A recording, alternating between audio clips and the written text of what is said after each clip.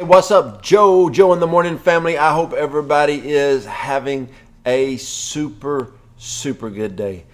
It is a great day, and I want to talk to you about something that has helped me in my life, and I've helped a lot of people in life with this.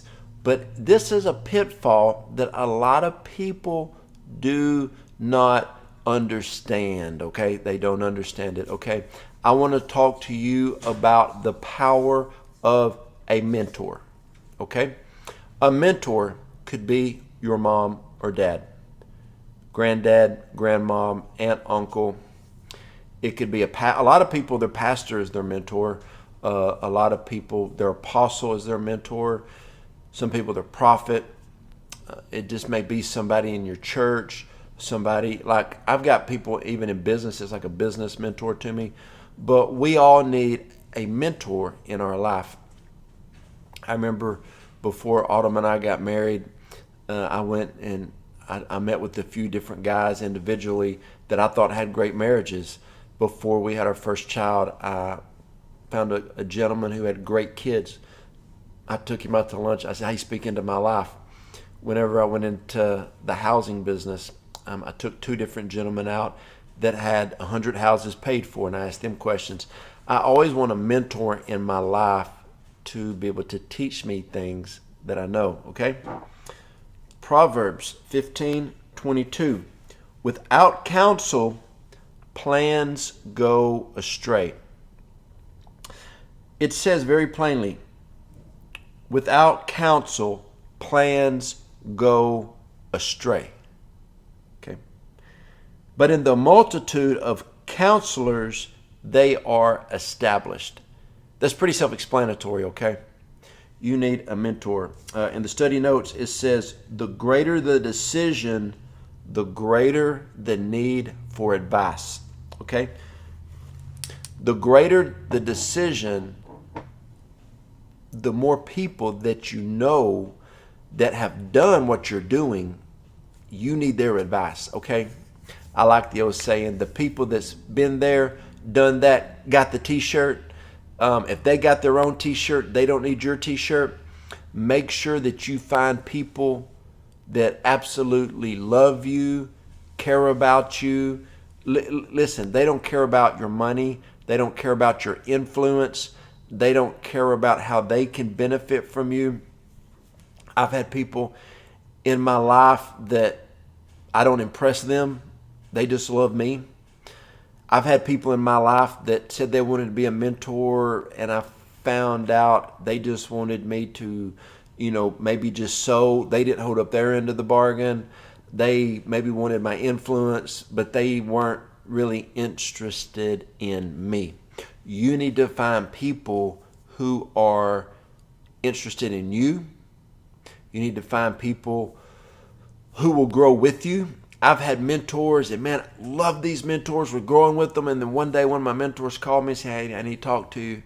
I said, "Okay." He said, "You've outgrown me." And I said, What do you mean?" He said, when we talk on the phone, I glean so much from you. I don't think you glean from me.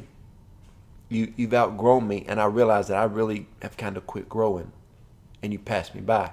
Had another mentor call me in his office one day and say, "Hey, I've just been busy with life and everything, and you're on this rapid growth track in life. You've passed me by. I can't help you anymore. I can love you and be a friend, but I can't help you." And I remember how much respect I had them for saying that. And then I also remember that I told myself that I want to always be growing at the point that no one could ever say that to me. I want to always be growing in life, in marriage, in parenting, in family, in business, in ministry, in everything that I'm doing. I want to be growing just so much that I attract people who want to grow. We have a mentoring program. The link's below if you're interested in it. We do a one-on-one call or Zoom once a month, sometimes twice a month. And we have a Facebook group that we do 2 videos a weekend. And, it's kind of like JoJo in the morning, but kind of a step up. But because I want to help people, because I've seen so many people as I travel across America, preach at churches and conferences and conventions and stuff. I can't tell you how many people say, I don't have a mentor. And I always tell people like, hey, I'm telling you, there's mentors out there, but a good mentor wants a good mentee. And this one lady one time, her and her husband were there, and she was like mad. She said, I can't keep a good mentor. I can't keep a good mentor. I've had 3 and they all walked away from me. I said, awesome. I said, how much do you sow in them a month? What do you mean sow? I said, never mind. No. Like when I have mentors, I sow into their life big time because their time is valuable. See, a mentor, a lot of people, this is where a lot of people get it wrong. I'm going to help you out. I'm going to offend some of you. Cool. I'm going to help a lot of you. Great. If you have a mentor in life, you need to sow into their life. You need to pray for them daily, and you need to sow financial seed into them. Why is that? Because they're mentoring you in something that you need to learn. They've already been through all the information. Now, you ever go into a doctor's visit and it was cheap? No. Why? Because they went through 8 years of additional college. Okay? They went through all of that training. You ever been to an attorney? You ever been to a CPA? They're expensive. Why? They've been through something. That's why I've never understood when people go to church and don't give. Even before I was in ministry, I remember when I was 19, 20, and I really got on fire for God, I got called in the pastor's office and they say, Joe, you're 20 years old and you're one of the biggest givers in our church. I'm like, yeah. They say, is this 10%? I'm like, no, it's like 30, 40%. But I want to give because I'm getting blessed here. See, a lot of people, they don't want, and if you're offended right now, let me help you out. If you don't like your harvest, change your seed. My wife always says that. A lot of people, they want to go and eat for free. They want a mentor and they don't want to sow into their life. They want someone to spend time with them and give up their time, their energy, their effort, but they're not willing to sow into their mentor. That's not a good mentee. I remember I was at a conference one weekend and 3 or 4 of the speakers were up there and they were like, there's not that many fathers out there. There's not that many fathers out there. Next weekend I was at a conference where I was the youngest speaker and all the older generals were like, there's no spiritual sons out there. There's no spiritual sons who want it.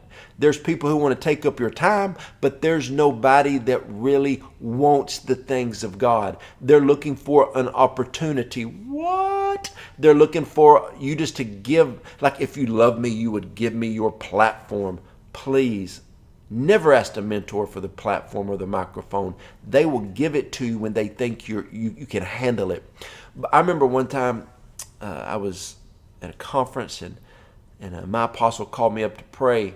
And when I walked up there in all humility. And when I was on the platform that he had built and created through years of ministry, I could feel the weight of what he's built. And when it was over, he said, man, you walked up there with humility and honored me. Thank you. Most people were wanting the microphone. You never asked for the microphone. When I go to a conference, I usually always sit on the very back, the back row. 9 times out of 10, I'm on the stage. They call me up. And all the people on the front that are wanting to share, I got a prophetic word, I got a vision, they don't ever get called up. So there is a thing that a lot of people don't get. I can't tell you over the years how many people messaged me and said, I can't find a mentor, I can't find a spiritual father. It's easy to find them. Find somebody, honor that man or woman of God, sow into their life. If they have a conference, go to their event. Like, I remember one time I called this guy and I said, I really feel that, you're supposed to speak into my life. And he said, okay, good. I said, what you got going on? He said, I got a conference in 2 weeks. It was 16 hours from me. I was there and took a large seed. He said, wow, you are serious about this. I said, what? I take this serious. Like, I take this serious. Like, Like there's people, when I talk to a mentor on the phone, when the phone call's over, they're getting a seed. When I meet with somebody that's going to pour into my life, they're getting a seed. I'm sowing into their life. There's some people that want to text you every day, but they don't want to sow a seed. They will never do anything. It's not good ground. I'm good ground. And a lot of people say, well, I don't like that talking about money and seed. You probably broke. You probably broke. There are things in the Bible that a lot of people don't understand. Religious people don't get. They don't understand the power of the seed. They don't understand the power of the mentor. They don't understand about Elijah and Elisha. What is this one thing that you want? I want a double portion of what you have. Well, then stay with me until the very end. He did not say stay with me until you get a certain amount of following, then leave. You left prematurely. I can't tell you how many people. I remember one time this young guy, he was running with me, and there was an opportunity, a job opportunity, and I said, he said, man, I'm gonna go over here. I'm gonna do this ministry over here. I said, look, man, you're not quite ready. You're like an app downloading. You're about 75%. You're not ready. He said, you're trying to hold me back because I bless your ministry. You're trying to hold me back because you just want me to help build your ministry. I was like, oh, my ministry is, it's pretty good.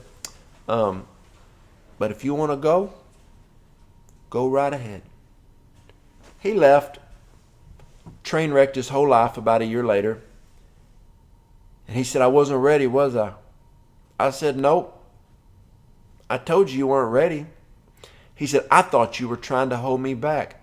I said, no, I was trying to protect your crazy tail. You know what? He's not even in ministry anymore. Completely walked away from the church because he wasn't ready. Now, if you have a fake mentor, they'll tell you that you're never ready. I had a guy come to me and he said, man, my pastor told me that he's going to turn the church over to me 5 years ago. He told me that 5 years ago. He told me that 5 years ago before that. He's been telling me that for 12, 13 years. And I said, he ain't turning the church over to you. Just telling you that so you'll stay. And he said, he doesn't do anything. He doesn't invest in me. He just uses me. And I said, well, sorry. You deserve what you tolerate. A real mentor will give you life, will sow into your life, will give you opportunity, will put their name on you, will put their word on you. Man, I can't tell you how many times I've gone and preached places and people say, oh yeah, Pat Schatzline mentioned you. Ken Malone mentioned you. Sid Roth mentioned you. That's why you're here. Those three guys, I can't tell you how many doors I've walked through in life because Pat Schatzline, Ken Malone, and Sid Roth have said something. Has people fly into our church because Sid Roth said, oh, you should go to Roar one Sunday. You'll get prophetic word and get healed. What you got to understand is when you honor people, you sow seed. You honor people. My wife and I, last week, I sowed some stocks just to sow seeds into powerful men and women of God. Good seeds. They all had commas in them. Okay? Because I want to honor. When I honor out, I will always receive back from the Lord. Study the life of our Jesus. Jesus always honored God the Father. He always honored God the Father.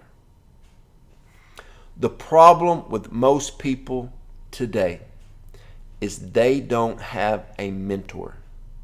Never, ever to the ever believe a lie that there's not mentors out there. There are lots and lots and lots of great mentors. There are less mentees than there are mentors. Let me say it one more time. There's less mentees than mentors. There's mentors out there, but there's not that many people that know how to come alongside somebody and honor somebody and help build their ministry, sow into their ministry. Like my wife and I, when we sowed that seed, we could have used that money financially, personally. We could have. Our church would have been blessed if we would have sowed it into our church, but we didn't. We found some ministries that were moving forward. And we sold our personal finances that I had in some stocks to sow it into other people, to bless people who have blessed us. So let me ask you this. Well, hopefully I've offended. No, I don't mean that in a bad way, but I want you to think. If your finances are locked up and your finances aren't good, where's your seed at? Are you sowing into thriving ministries? Are you sowing into thriving people? My wife and I are looking for churches and ministries that are thriving, not the broke GoFundMe. Yeah, you ever seen me do a GoFundMe? Y'all haven't? Okay, I didn't think you did. Okay, I'm good ground. I find people that are good ground and I sow into them. A lot of people out there go funding me because people aren't sowing into them. Okay? You tracking with me? If you really want a good mentor, they're out there. There's a lots of them. Now, there are mentors that I will jump on a plane, fly to their city, rent a car for an hour-long lunch appointment. I will pay for the meal. I'll give them a seed check with a comma in it. Hop back on a plane, fly back. I value strong mentors. Now, I'm going to give you one more thing. As you're growing with God and you're growing in your ministry and you're growing in your business, you must walk in more humility. You must walk in more honor if you want that next level mentor. And also, next level friends. I'm going to probably talk about that tomorrow. But be the mentee that will attract the right mentor. Now, I'm going to tell you about a good mentor. If they talk to you about something and they talk to you 2 weeks again, they expect that you're not struggling with it anymore. If I talk to somebody and they struggle with the same thing, like 2 or 3 conversations, they're not growing. Our time together is going to be cut short. Because I want to help people that want to grow aggressively with God in their ministry and in their business. Okay? I hope this helped you.